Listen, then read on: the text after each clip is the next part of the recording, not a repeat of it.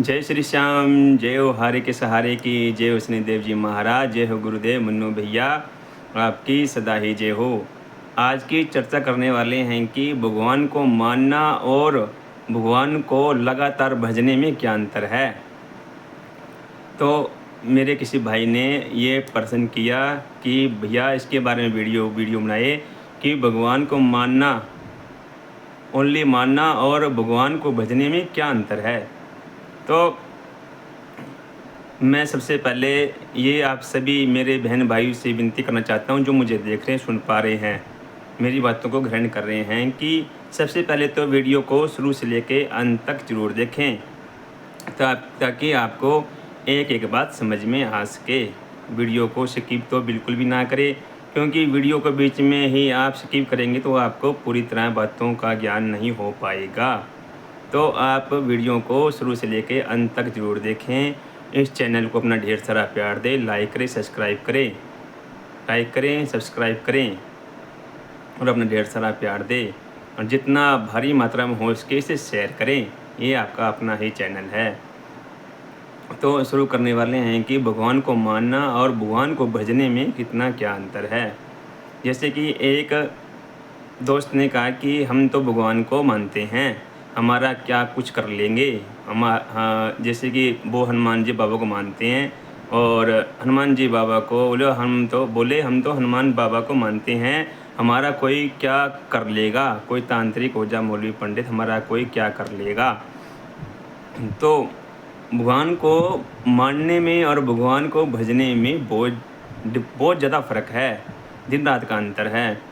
जैसे कि हमारे किसी भाई ने कहा कि एक बार की बात है कि जब मैं बैठा हुआ था तो मैं जैसे कि रात को दब जाते हैं, जब मैं दब गया तो मैं सभी को पुकार रहा हूँ, कोई उठने को तैयार नहीं है। मैं सभी को पुकार रहा हूँ, अपने भाई को, अपनी माँ को, अपने पिताजी को, सभी को मैं पुकार रहा हूँ, कोई उठने को तैयार नहीं है। और जब मैं पूरी तरह से दब गया हूँ, मुझे लगता है कि मेरे छाती पर अगर कोई चीज़ बैठ गई है, वो उसने मेरा गला पकड़ लिया है। मैं निरंतर सभी को पुकार रहा हूँ और मेरी चीख पुकार कोई नहीं सुन रहा है। मेरी जो चीख पुकार है वो किसी तक नहीं पहुँच रही है। तब मैंने उस टाइम हनुमान बाबा का नाम लिया और जैसे ही मैंने हनुमान बाबा का नाम लिया या उनका हनुमान चालीसा शुरू किया तो ऑटोमेटिक ही सारा सिस्टम सही हो गया। तो उन्होंने कहा कि भाई भगवान को मानने में और भगवान को भजने में दिन रात का फ़र्क है। जैसे कि अगर कि हमारे मन में आता है कि हम हनुमान जी बाबा को माने, अरे आप लोगों ने हनुमान जी बाबा को भजा कितना है, आपने मान तो लिया है, आपने हनुमान जी बाबा को भजा कितना है, आपने दिन रात उनको रटा कितना है, आपने उनका सुमरण कितना किया है, कितना सुमरण किया है। अगर एक समय जब कोई चीज़ ऐसे तो आप जैसे कि मांस मछली या मांस मछली अंडा दारू बियर आप तरह तरह के आप नशा करते हैं, तरह तरह की आप बातें करते हैं, तरह तरह की आप क्रियाएं करते हैं। तो आप कहते हैं कि हम तो हनुमान जी बाबा को मानते हैं। आपकी बात ठीक है, आप हनुमान जी बाबा को मानते हैं, पर आपने हनुमान बाबा को भजा कितना है, आपने अपने जीवन में हनुमान बाबा को भजा कितना है। ये चीज़ें भी कहीं ना कहीं इफ़ेक्ट करती है कि एक मौके अगर आपके ऊपर कोई दिक्कत आ गई और आपने कह दिया कि हनुमान बाबा आओ और हमारी सहायता करो, दिन भर तो आपने कभी किसकी चुगली की, कभी किसकी चुगली की, कभी किसकी चुगली की, जो आपके आंखों में बार बार में चुभता है उसके बारे में आप बोलते रहते हो। तो कभी कभी कहीं किसी के बारे में चुगली कर दी, किसी को गलत बोल दिया, किसी को गाली निकाल दी, या किसी के बारे में षड्यंत्र रच दिया, या किसी के बारे में उसका घर तोड़ दिया, घर में क्लेश करवा दिया, और फिर आप कहते हो कि हम हनुमान जी बाबा को मानते हैं। तो भाई हनुमान बाबा को मानने में और हनुमान बाबा को भजने में बहुत ज़्यादा फ़र्क है।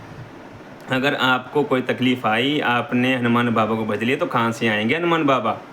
सारा दिन तो आपने चौपाल में बैठ कर कभी किसी की चुगली की, कभी की। ये सच्चाई है। मेरी बातों को ध्यान से सुनो। मुझसे बड़े भी सुन रहे हैं, मुझसे छोटे भी सुन रहे हैं, और मेरी एज के भी जो लोग हैं वो भी सुन रहे हैं। मेरे बहन भाई जो सुन रहे हैं वो बड़ी ध्यान से सुनो।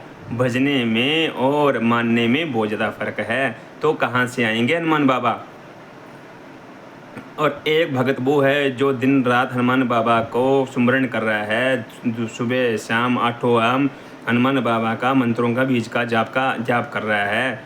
तो उसके मानने में, उसके भजने में और आपके मानने में दिन रात का फ़र्क है। तो आप हनुमान बाबा को ना मानकर उनको भजें, उनके मंत्रों का जाप करें लगातार। अगर आपको आने वाली समस्याओं से, आने वाले तंत्र क्रियाओं से, आने वाले तंत्र मंत्र यंत्र विद्या ग्रंथ क्रियाओं से बचना है, तो आपको अपने इष्ट को इतना बजे कि आपके ऊपर कोई क्रिया असर ही ना कर पाए। आपका इष्ट आपका बजरंग बली हो सकते हैं, आपका इष्ट आपका श्याम बाबा हो सकते हैं, आपका इष्ट शनिदेव जी महाराज हो सकते हैं, आपके इष्ट गोरखनाथ हो सकते हैं, आपके इष्ट अन्य भोले बाबा हो सकते हैं, आपके इष्ट कोई भी हो सकते हैं, मैया रानी भी हो सकती है, 10 विद्याओं में कोई भी आपका इष्ट हो सकता है। तो आप, मेरे कहने का भाव है कि आप भगवान को ना मानकर उनको भजो। चाहे आपका कोई भी इष्ट है, अपने इष्ट को बलिष्ठ कीजिए, अपने इष्ट के प्रति इतना भाव दिखाएं कि वो आने पर विवश हो जाए। अगर आप कहीं पर भी दिक्कत में हैं, अगर आप कहीं दिक्कत में फंस जाते हैं या कोई तांत्रिक आपके ऊपर क्रिया कर देता है, तो आपका नाम मात्र लेने से ही आपका इष्ट आपके पास आकर खड़ा हो जाता है।